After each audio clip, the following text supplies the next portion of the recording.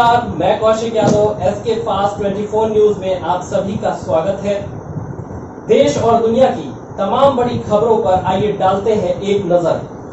किया गया जिसमें एक का नाम है एनी उर्फ सरताज और ये आदर्श नगर मोहल्ला थाना जियनपुर के रहने वाले हैं। और दूसरे हैं शेरू उर्फ महफूज, ये भी थाना जियनपुर के रहने वाले हैं। और इनसे जब पूछताछ किया गया डिटेल में, क्योंकि एक घटना हुई थी यहाँ पे थाना सिधारी में, एक सनसनीखेज टाइप की घटना थी जिसमें घर में घुस के इन लोगों ने वहाँ पे दो महिलाओं के साथ में और एक पुरुष थे उनके साथ में मारपीट भी किया गया और वहाँ से फिर लूट की इन्होंने घटना कारित की थी।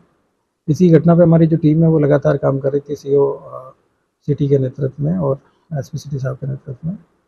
हमारी एसओजी की टीम और थाना की टीम के माध्यम से इन सब लोगों के बारे में जो जानकारी की गई मुखबिर के माध्यम से, तो ये पता चला कि ये जो घटना है इसको 3 लोगों ने कारित किया गया था, जिसमें एक टैनी उर्फ सरताज थे और दूसरे शेरू उर्फ महफूज हैं। और एक इनमें से अभी आज उनको वांछित किया गया है, सालिम, जो कि थाना मुबारकपुर के रहने वाले हैं। इन 3 लोगों ने इस घटना को अंजाम दिया गया था। और साथ ही साथ इस घटना के साथ साथ इन लोगों ने पूर्व में भी 2 घटनाओं में चोरी की घटना की थी। जो एक घटना है ये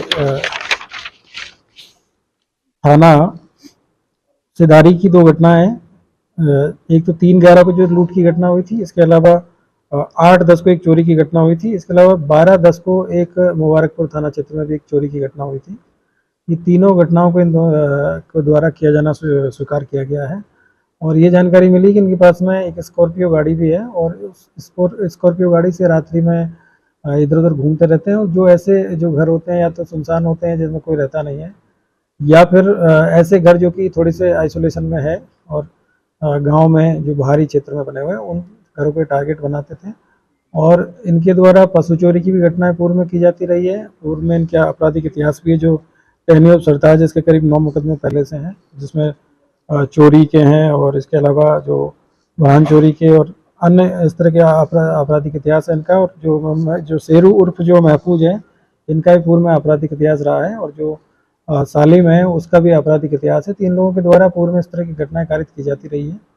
उस दिन इन लोगों ने वहाँ पे घटना से पहले वहाँ पे ऑर्केस्ट्रा चल रही थी उस गाँव में, तो वहाँ इन्होंने पहले ट्राई किया कि लोग जो घर खाली थे उनमें जाके घटना करते, लेकिन ये कर नहीं पाए। उसके बाद में रात्रि में करीब 2 से 3 बजे के बीच में इन्होंने इस घर में पीछे की तरफ से एंट्री किया, खेतों की तरफ से, और वहाँ से चोरी करने का प्रयास करे थे। इसी में जो वादी है वो उनकी नींद खुल गई थी और फिर उन लोगों ने इनसे बचाव करने का प्रयास किया, लेकिन इन्होंने उनके साथ में मारपीट किया। और उसके बाद में वहाँ से ये उनके जो ज्वेलरी है उनको लेके चले गए। और एक औरत के कान में उस समय एक झुमका था, उसको भी उनके द्वारा तोड़ दिया गया था।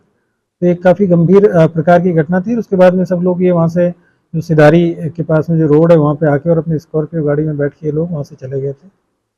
तो इनको आज गिरफ्तार किया गया है और इनके पास से जो बरामदगी हुई है वो जो सिधारी में जो 3/11 की जो घटना है उसमें एक मंगलसूत्र मिला है, एक करधनी सफ़ेद धातु की मिली है और करीब 10,000 रुपये से संबंधित मिले हैं। और जो सिधारी में जो 8/10 की जो घटना हुई थी उसमें एक अंगूठी, एक बिछिया और एक सफ़ेद जो पायल है वो इनके पास से बरामद हुई है, करीब 1,000 रुपये मिला है। और जो मुबारकपुर वाली जो घटना है उसमें एक मंगलसूत्र और एक लॉकेट और एक जोड़ी पायल वहाँ से बरामद हुई है। इसके अलावा इनके पास एक तमंचा भी बरामद हुआ है। और अभी इनके पास से ये जानकारी मिल रही है कि इनके पास 2 स्कॉर्पियो गाड़ी है ब्लैक कलर की, जिससे कि ये रात्रि में इस तरह की जो घटना है उसको अंजाम देते हैं, वो अभी तक बरामद नहीं हुई है। और एक इनका जो साथी है सालिम पुत्र इजहार, ये थाना जियनपुर के रहने वाले हैं। इनकी इसमें वांछित किया गया है और इन पे अभी 25,000 रुपये का इनाम भी इसमें तत्काल इन पे किया जा रहा है, क्योंकि ये तीनों जो लोग हैं काफ़ी शातिर किस्म के अपराधी हैं। और इन्होंने कई यहाँ पे पूर्व में घटनाओं को अंजाम दिया गया है। और इस तरह की जो घटना है वो काफ़ी गंभीर प्रकृति की घटना है, जिसमें कि न केवल इन्होंने चोरी की और चोरी करने के बाद में लूट की तरीके से उस घटना को कारित किया और फिर जो वादी है उसके साथ मारपीट भी किया। और प्रथम दृष्टया ये घटना काफ़ी गंभीर प्रकृति की लग रही थी और ये भी लग रहा था कोई ऑर्गेनाइज गैंग के द्वारा इस घटना को कारित किया गया था। लेकिन जब इसमें सारी चीज़ों की जब जांच की गई तो इन लोगों का नाम इसमें प्रकाश में आया है और इन्होंने इस घटना को कारित किया जाना भी स्वीकार किया गया। इसमें हमारी एसओजी टीम ने, हमारी जो थाने की टीम है और हमारे क्षेत्राधिकारी, इन सब लोगों ने काफ़ी इसमें मेहनत किया और तब जाके इस घटना का